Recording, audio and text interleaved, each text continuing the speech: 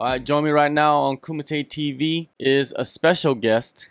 Usually I don't have special guests, but this guy is special. You know, a 17-year-old coming up in Australia, but living and training right now in Miami. Isaac Thomson. What's going on, Isaac? Yo, what's up? How's it going? Good, good, man. Let's start from the beginning, man. How did you get into mixed martial arts? How did I get into mixed martial arts? Whew. I'm not exactly too sure. I know I did want to do a bit of boxing, and my mum actually went out and found a martial arts place, and I just did boxing, a little bit of boxing. Then my parents jumped in. My dad did jiu-jitsu and Muay Thai. We did it all. And my mum started fighting, and then it's just gone off from everything, all that. Your mom started fighting. Yeah, my mum, my mum used to do Muay Thai. She got a lot of titles in Australia. Okay, now what age was that when you first I stepped started when into I the was gym? 8. 8 years old. Yeah, And at what age did your mom start fighting? I think it was like a year or two after we were there. We were there for like a year or two, and she started fighting. When you were there watching your mother get into Muay Thai, competing, fighting, was that the birth of you wanting to compete yourself, or did it take some time to develop that hunger? To get into the ring, it did take a bit of time. I only really started wanting to get into the ring fighting when I was 14. I went to Thailand, and then I did a lot of training there, and it kind of helped me love it a bit more. And then I wanted to try it out, and yeah. But that definitely did help a little bit.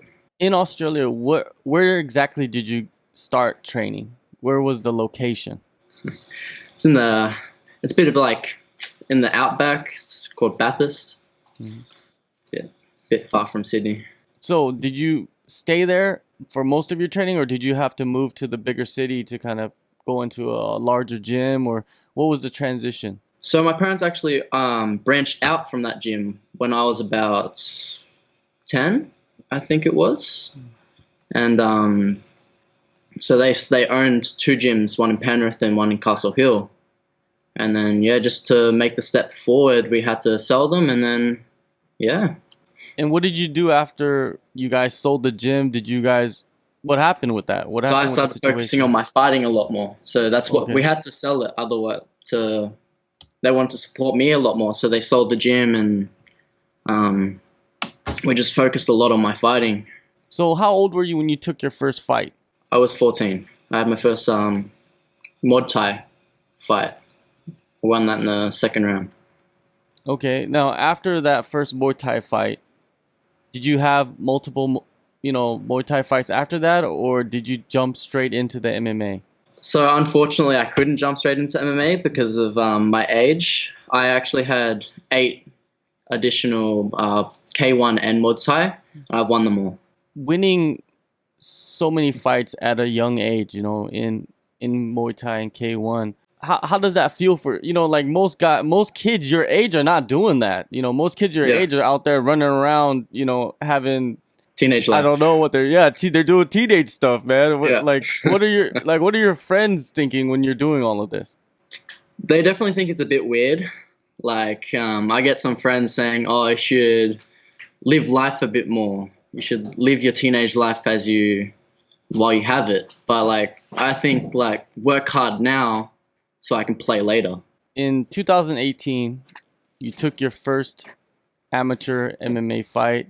Yeah. You got the second round finish via strikes. Talk about that experience. Stepping to the cage for the first time. It wasn't actually that much different from going into the ring, to be honest. I felt like I was in my element the whole time. I didn't feel nervous. I was comfortable. Have you been comfortable the whole time? Have you ever felt any danger throughout the first couple fights that you've had in the cage? Definitely the first couple ring fights. I think my first 5 to 6, the nerves were there. Obviously, they still are, but it's not as bad. But it definitely, like, I've warmed up to it now, and I'm a lot more comfortable being in the ring, in the cage, wherever. Now, when you are in Australia, where do you live and where do you train now? So I live in Sydney, and I train at different gyms. I've trained at almost like most of the good ones. So I've been to Australian Top Team. I've gone down to Wollongong with Alex Volkanovski and Colby and all that. Sydney, I do my jiu-jitsu in Sydney West Martial Arts in Penrith. I used to do it in Blacktown now at Alpha Jiu-Jitsu. I now do most of my training because it's close in UFC gym Castle Hill. It's like 5 minutes away from my house, so I just do my own training there. It's good. I saw that you had one championship featherweight king, Martin Nguyen, with you training over Yep. there at the UFC gym. How was that experience? I've actually trained with him quite a bit now. I went down to KMA a lot with him as well, so I forgot about that one. Before he left there, I've known him for quite a while. I actually sparred with him today because he goes to Hard Okay. Knocks, and I went there today. Yeah. Yeah. Now, let's talk about that, the transition. When did you make the move over to Miami? Is this your first trip or have you been there No, before? this is my third trip now. Yeah. So I think it was last year. Last year I was here for 6 weeks. I stayed with my manager. Oh no, sorry, my bad. I stayed with my mum. My mum came up with me for the first one, and we just traveled around to different gyms, to ATT and Hard Knocks, KO Zone. Going to these different gyms on your first trip, why did you decide to go with Hard Knocks? My manager is really good friends with Henry Hooft. He's known him for a very long time because of kickboxing, and they're both in Holland. And there's obviously a lot of good guys over there, so why not go? Got to go where the best is. Definitely. Now, being, a kid, 17 years old, and you step on the mats, and on the mats at Hard Knocks is the UFC champion, the one championship champion, the Bellator champion. Like, it could be somewhat overwhelming, right? Like, or are you comfortable by now? I'm comfortable now, yeah. Okay. So like I've always trained with the best. My parents have always tried and take me to the best best in the game, and I'm just used to it now. Yeah. You're training right now for upcoming fight. Talk about that fight. Where is it going to be? When? Yeah. So I'm doing an MMA fight. It's in the ring. It's in St. Mary's back at home. This will be my first MMA fight in New South Wales, and the first one for since 2017 or start of 2018 since I've actually fought in New South Wales, which is quite fun. And not too sure what the fight card is. Full force show. It's full force show. My bad. Okay. Yeah. Well, this will be your third Yeah. amateur fight, right? Coming up. How long do you expect yourself to continue as an amateur until you're old enough to fight pro, or do you just take it as, one fight at a time? I'm just going to continue going with the amateur. Do you have IMUF in your future? What's going on? So the plan is to go pro next year. Definitely to go pro next year, get 7 fights in. We're hoping to go pro just before I'm 18, if we can get it. If not, it's either when I'm 18 or a month after. And get 7 fights in next year, the year after, UFC. Do you feel like you're ready right now to go pro? Right now, there's still some things I need to work on. So, which is why I want to have this fight. And I just need to keep training. Every day I'm improving. Like today was my best sparring session of this training camp so far. I've improved every week. Who runs your training sessions? Who runs your schedule? Like, how do you, schedule yourself throughout camp? Who's helping you the most with that? My manager does. Over here, my manager does. Back home, my mum. So you have no say. Like, you just follow the curriculum that they put through, and you trust the system that they put in. I definitely trust both of them. They've been in the game for a very long time. Like Nico, he's been in it for 30 plus years. So I definitely trust him. Training at Hard Knocks 365, what benefits have you had the most with your time there?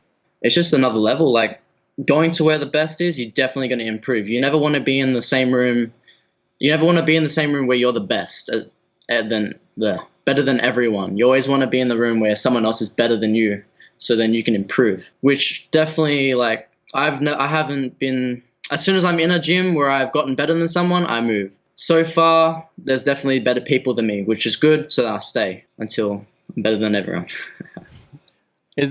Are there any other teenagers training there? No, I'm the youngest one there.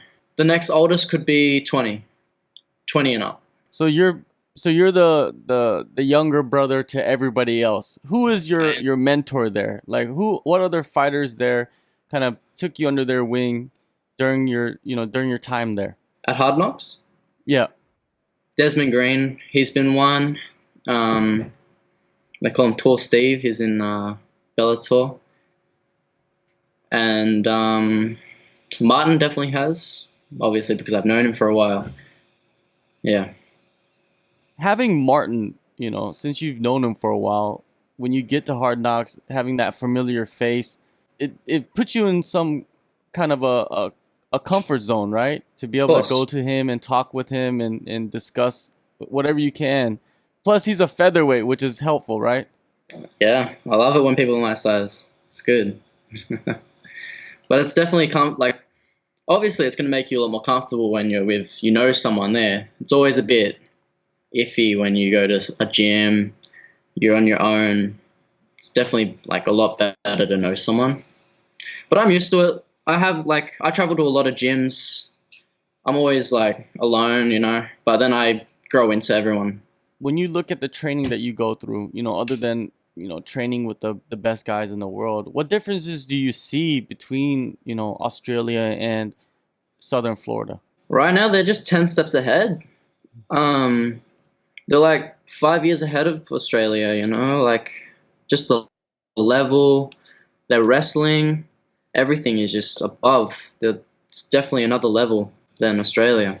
When you dream about your future, you just mentioned earlier that you want to be in the UFC.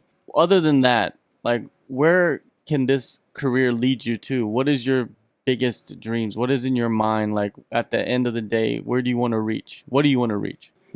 So right now, it's definitely UFC.